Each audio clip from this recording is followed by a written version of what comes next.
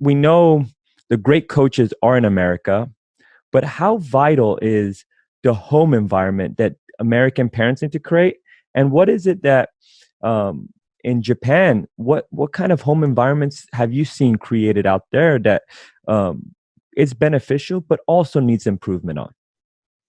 Yeah, well, you hit the nail on the head, and that's my whole mantra nowadays, is that it all starts at home. Mm, And so when I wrote the book, actually, Football or Soccer Starts at Home, I've done tons of research, a lot of hands-on experience myself.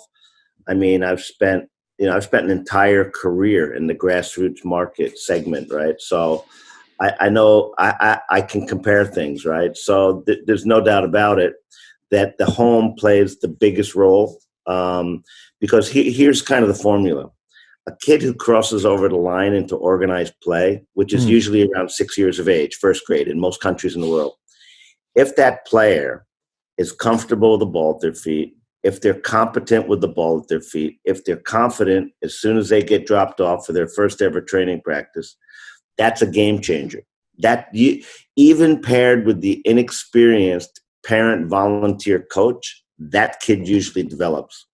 It's the child who crosses over that line into organized play, and they have no proficiency, no competency, no confidence with the ball.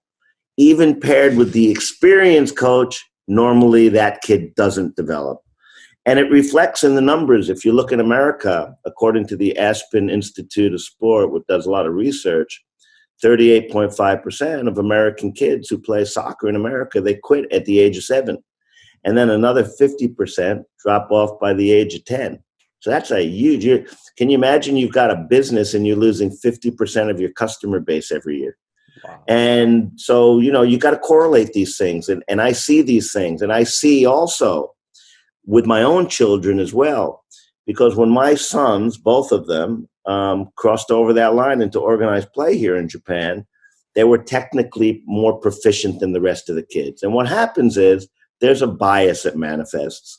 So when a child crosses over and they're very comfortable and there's a gap that's created, which never say never, but is very, very difficult for the other children to catch. But what happens is that child who's so much further advanced, as soon as they step onto the field their first day, which is a traumatic experience for a 6-year-old, to be dropped off to go somewhere new where perhaps they don't know any other kids.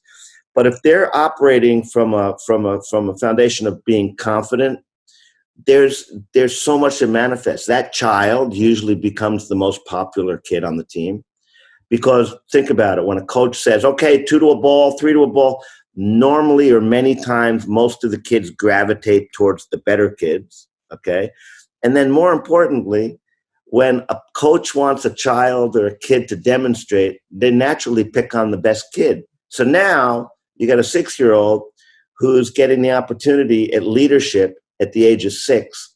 And that's a big deal, man. That's a huge, in the neuroscience world, where I dabble in a little bit because I've got some of the top neuroscience guys in the world that I collaborate on.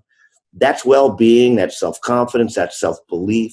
And that at an early age can set the trajectory for a child in a positive direction that can't be compared to anything else. There's a lot of kids that feel inferior when they step onto a pitch or they go anywhere in life. They have low self-esteem. They have no self-belief.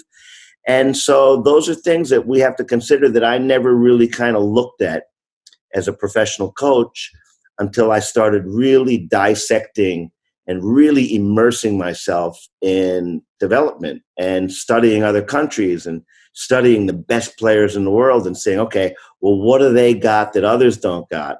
Why are we got certain countries in the world that are such hotbeds for football development? And it's because of the cultures, and it's because a lot of these kids are getting a tremendous head start above everybody else. And that's very, very difficult to catch up to that, So, I mean, I know that because I've spent so much time with literally hundreds of thousands of kids here in Japan. I used to be on what I used to do back started in the late 80s and went right through to the 90s and the 2000s. I was on the road every single weekend doing these massive events for Japanese kids. I'm talking massive events with, 500-600 kids show up to my events because of my media presence as well on TV. So I've seen a lot of players. I've seen a lot of football. I've seen a lot of kids. And also having run one of the biggest football school academy programs in the world here as well, where today in our schools, we've got over 25,000 kids in those programs. I've been able to see, so I've got a little bit of an advantage over most because I've really been on the front lines and I travel around the world. I'm looking behind you. You've got the Ajax logo there. I'm one of the few guys, if not maybe one of the only Americans that's actually been invited into Ajax to present my work. So I'm seeing what's happening and I'm connecting a lot of dots. Been invited to Dynamo Zagreb. And that culminated in me being asked to write 2 pages or a couple pages for the Croatian national curriculum. So these are things that, normally you wouldn't find yourself in, but the biggest really advantage that I have is that I've got a lot of experience of seeing what's out there and also comparing it and integrating it into my practical experience that I have here. So I see that there's such a difference in a child that once they cross over that line into organized play like my kids did, that even paired with the inexperienced coach, those kids develop. They develop. And I've seen many, many teams that have unbelievably, really super great coaches where kids don't develop. And then I've seen kids that go on to, play on professional teams and national teams that had really average or sub-average coaches as well. So that's really kind of the way that I look at the game. But I believe that the entry level, because there's 3 distinct levels in development. There's the entry level, there's the competitive level, and there's the elite level.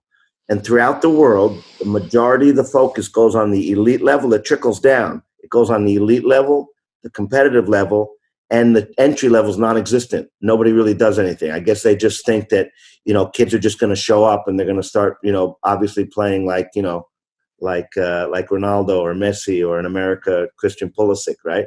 But the reality is that we now, myself, I've spent decades working in the elite side, in the competitive side, and now the entry level. And there's absolutely as clear as the nose on the end of my face, the most important phase of development is the entry level. There's no doubt about it for me. And that's the part and the piece that most countries get wrong.